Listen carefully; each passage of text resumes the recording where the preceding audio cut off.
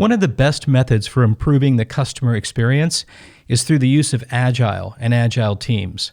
In the many conversations and interviews I've been doing in support of the Customer-Centric Leadership Initiative for the Walton College of Business, it's come up more than a few times that there's a lack of clarity and common definition of what exactly is Agile.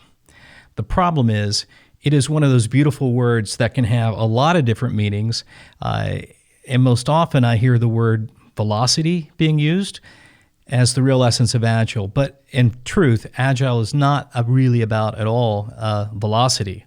A more accurate definition would be Agile as a mindset and a method for improving innovation and doing it through deep customer collaboration and adaptive testing and learning. It's about using a scientific method for taking a hypothesis perhaps about something that will improve the customer experience and then constructing experiments and testing and learning.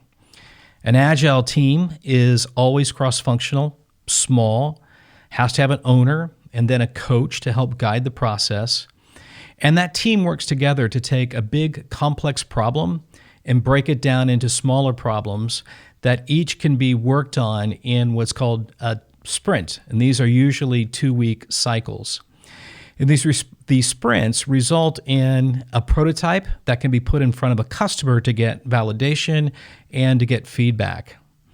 And after each sprint, a retrospective is held, which is a way to get feedback where the team collaborates and works together on what worked well and what can be improved going forward.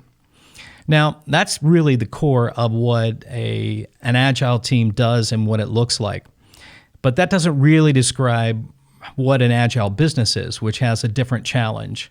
A great book that just came out at the beginning of this year is called Doing Agile Right by Daryl Rigby. I have a lot of respect for Daryl. He's a 40-year Bain veteran and also the leader of the global innovation and Agile practices at Bain.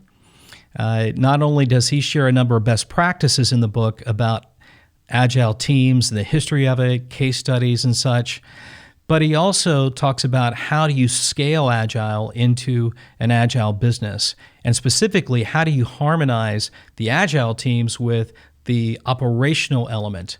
Agile teams typically only cover about 20% of an organization's focus, and it's really applied to the innovation elements. But you still have to deal to the operational side.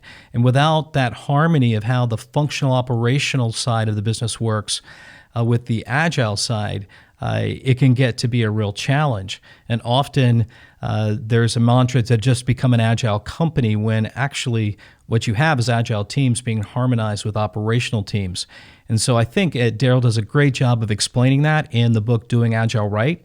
Highly recommend it. Came out at the beginning of this year. Another book by Neil Perkins is Agile Transformation. Both of them are great in bringing a bigger perspective and broadening the perspective of Agile so that you can understand where it fits, where it doesn't, and how to harmonize it with the total operating system of your business. Hope that helps.